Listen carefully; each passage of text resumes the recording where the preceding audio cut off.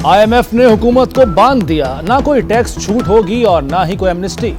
Subsidy ختم، بجلی کی قیمتیں بڑھانا ہوں گی، اوپن اور انٹر بینک کے ریٹ میں 1.25% سے زیادہ فرق نہیں ہوگا، شرح سود میں اضافہ ہوگا، پاکستان IMF معاہدے کی تفصیلات جاری، زراعت اور تعمیرات پر بھی ٹیکس لگے گا، مالیاتی خسارہ کم کرنے کے لیے صوبوں کو سرپلس بجٹ دینا ہوگا، پاکستان کا IMF سے تنخواہوں اور پینشن اخراجات کم کرنے کا بھی وعدہ۔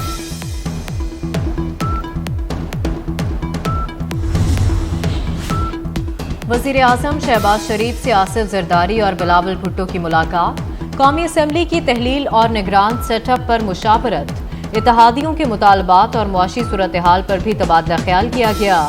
ملاقات میں اسحاق ڈار اور ایاز صادق بھی موجود تھے۔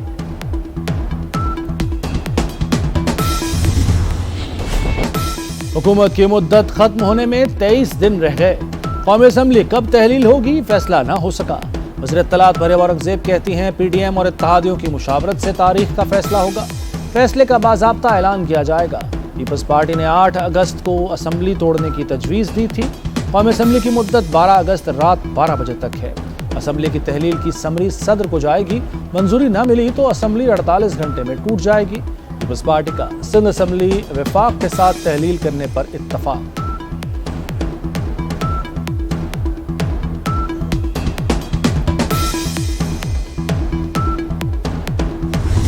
یہ ڈیسائیڈ ہو گیا ہے کہ اسمبلی اپنی مدت پوری کر کے ڈیزالو ہوں گی، وہ 13 کو ہوں، 11 کو ہوں، 8 کو ہوں، اس سے کیا فرق پڑتا ہے؟ 13 اور 11 کو، اور اگر صدر صاحب نے کوئی سمری پہ کوئی اگر روکنے کی کوشش کی تو وہ روک ہی نہیں سکتے۔ سر الیکشن کمیشن تیار ہے 60 دن اور 90 دن کا اپنی تیاری؟ الیکشن کمیشن تیار ہے۔ اسمبلیاں مدت پوری کر کے تحلیل ہوں گی، اسمبلیاں 11 کو تحلیل ہوں یا 13 کو فرق نہیں پڑتا، وزیر داخلہ رانا ثناءاللہ نے واضح کر دیا، کہتے ہیں صدر عارف الوی سمری نہیں روک سکتے، نواز شریف کی وطن واپسی پر شاندار استقبال کریں گے۔ Extremely difficult economic turbulence over the course of the last few years. And once again, I'd like to take this opportunity to thank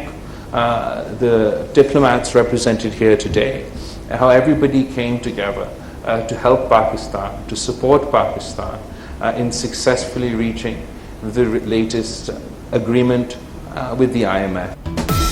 انتخابات کے بعد ملک سیاسی استحکام کی طرف بڑھے گا، سیاسی استحکام سے ملک میں معاشی استحکام آئے گا، وزیر خارجہ بلاول بھٹو کا ڈپلومیٹک کے اعزاز میں دیے گئے عشائیے سے خطاب، کہا نفرت اور تقسیم کی سیاست کو برداشت نہیں کریں گے، پاکستان نے IMF کے ساتھ کامیابی سے معاہدہ کیا، چین، سعودی عرب اور UAE نے بھرپور تعاون کیا۔ پورے پاکستان میں سی پیک کے تحت اسپیشل اکنامک زونز کا اجرا ہونا تھا، رشاکائی جو کہ KP میں مکمل ہوا چاہتا ہے، زرعی موقع تھا پاکستان کے لیے کہ ہم چینی ٹیکسٹائل کی ٹیکنالوجی، ان کی ایکسپرٹیز اور جوائنٹ وینچرز، یہاں پر پاکستانی سرمایہ کاروں کے ساتھ مل کر جوائنٹ وینچرز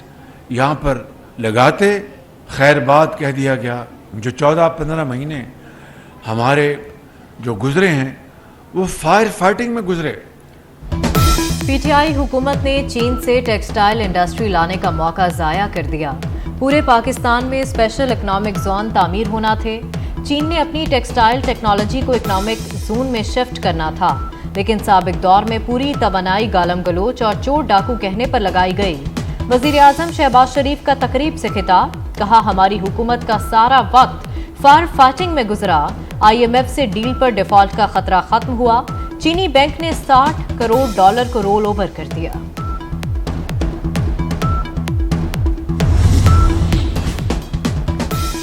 چیئرمین PTI کا غیر شرعی نکاح کیس قابل سماعت قرار، اسلام آباد کے سول جج نے محفوظ فیصلہ سنا دیا، چیئرمین PTI اور بشرا بی بی 20 جولائی کو طلب، تفصیلی فیصلے میں کہا گیا کہ عدت میں نکاح مبینہ طور پر جرم کا ارتکاب ہے، پہلے نکاح کے بعد چیئرمین PTI اور بشرا بی بی بنگالہ میں رہے، ایک ساتھ بطور میاں بیوی رہنا مبینہ غیر قانونی نکاح کا نتیجہ ہے، معاملہ دائرہ اختیار میں آتا ہے کیونکہ بنی گالہ اسلام آباد کی حدود میں ہے۔